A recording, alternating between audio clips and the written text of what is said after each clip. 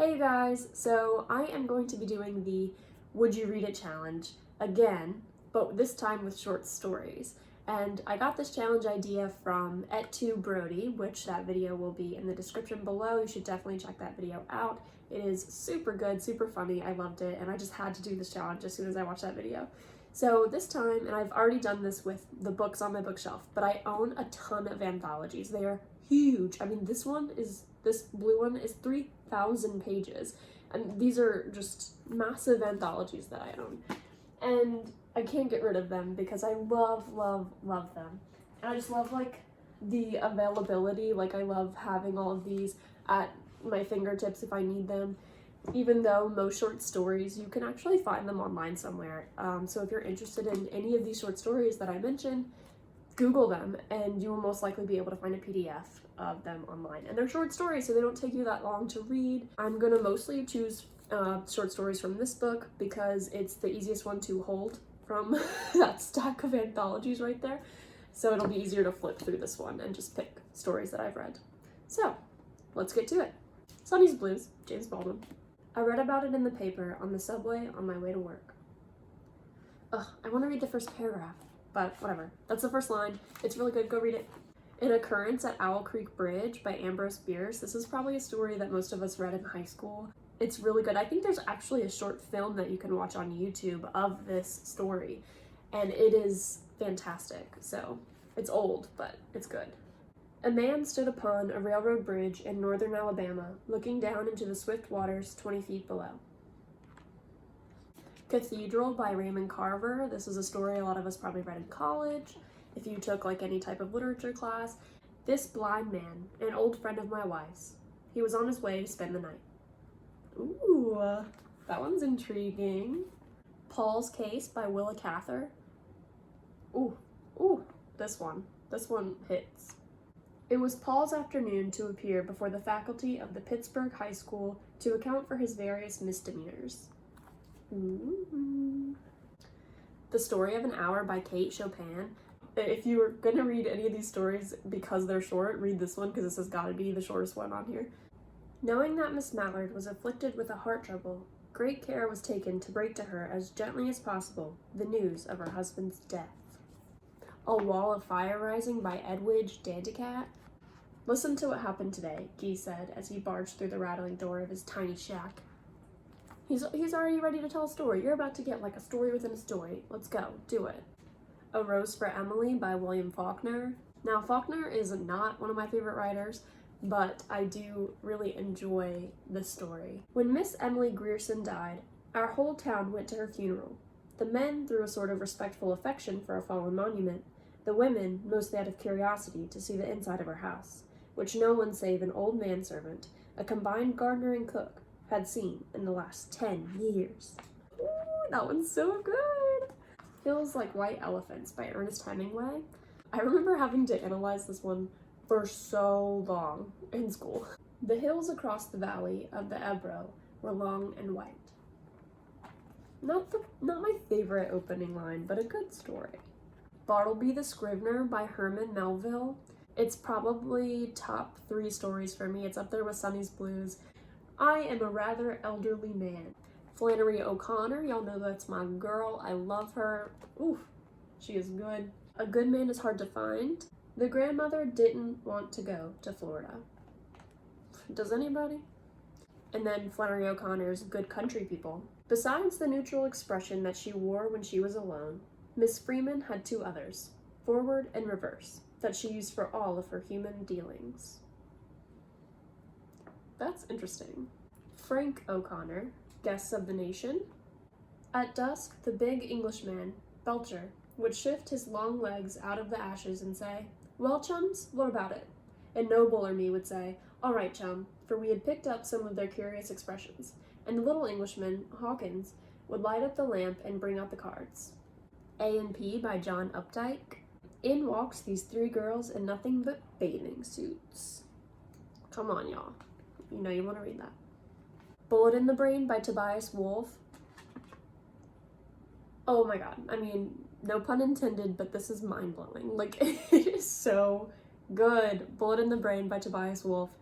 If you're going to read any story From this list so far, anyway, read Bullet in the Brain by Tobias Wolff. Anders couldn't get to the bank until just before it closed, so of course the line was endless, and he got stuck behind two women whose loud, stupid conversation put him in a murderous temper. I'm about to reread this story. It is so good! Jack London's To Build a Fire, a classic. Day had broken cold and gray, exceedingly cold and gray, when the man turned aside from the main Yukon Trail and climbed the high earth bank, where a dim and little-traveled trail led eastward through the fat spruce timberland. I bet you can guess where that story is going. The Necklace by Guy de Maupassant. That's how I say it. I've always said his name that way. I have no idea if that's correct. I know Guy is correct, but I always say Maupassant because it's fun. This is probably a story, again, that everyone read in high school, but you don't enjoy anything in high school. Come on, like, let's revisit these things. It's from the 1800s, too. Wow, I didn't realize that. She was one of those pretty and charming girls who were sometimes, as if by a mistake of destiny, born in a family of clerks. I Stand Here Ironing by Tilly Olson. I stand here ironing, and what you asked me moves tormented back and forth with the iron. Brownies by ZZ Packer. These are all hits. I am telling you guys, like, read every single one of these. By our second day at Camp Crescendo, the girls in my brownie troop had decided to kick the asses of each and every girl in Brownie Troop 909. That's a winner. Ding, ding, ding, ding, ding. Oh my gosh. That's good. I wasn't gonna read this one, but I have to because I think it's so good.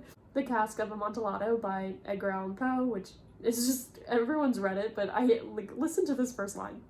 The 1,000 injuries of Fortunato I had borne as I best could, but when he ventured upon insult, I vowed revenge.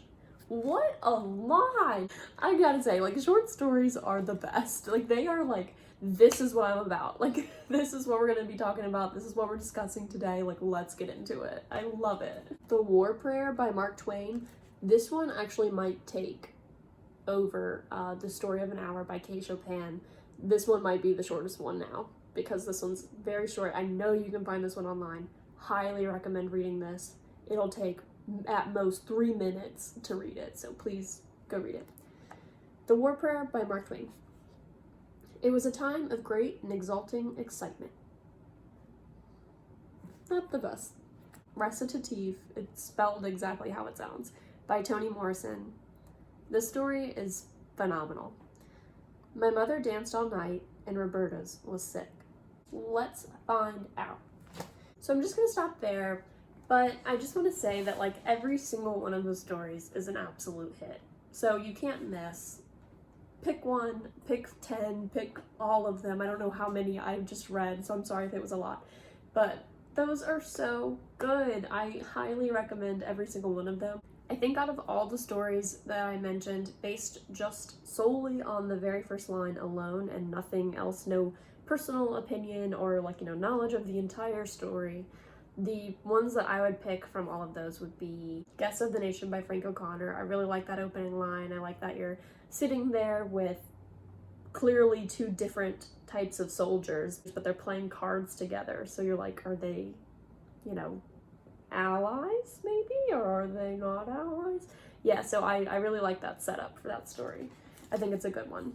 Tobias Wolff's Bullet in the Brain, that is a really good opener. You can already kind of relate to him in a way. He had to get to, no one wants to go to the bank right before they close. You never want to be standing in line behind two people you find super annoying.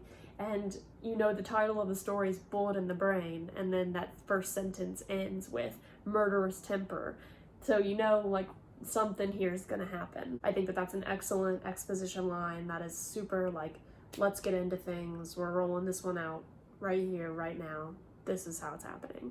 I Stand Here Ironing by Tilly Olson has a really good opening. I just like the imagery of her thinking about whatever question she mentioned in that first line as she's ironing, and she's debating back and forth about something. So that's the video, and those are some short stories that I love and I have read and enjoyed, and I think that you will enjoy them too. I have a ton to say about a lot of those, so if you've read any of those, or if you want to read any of those and you need some help finding them or anything like that, let me know in the comments below and I will try my best to help you or to discuss them with you, because They're super good, and I've, spent a really long time on each of those stories, analyzing them and writing about them as well. So I'd love to hear your thoughts, and I'd love to hear if you intend on reading them, or if you're interested in reading any of them, or if you're like, girl, I wouldn't read that shit for $10 million. Like, I don't want to read any of it. Let me know. Thanks for watching till the end of the video if you did. I really appreciate it. So I'll see you guys next time. Bye.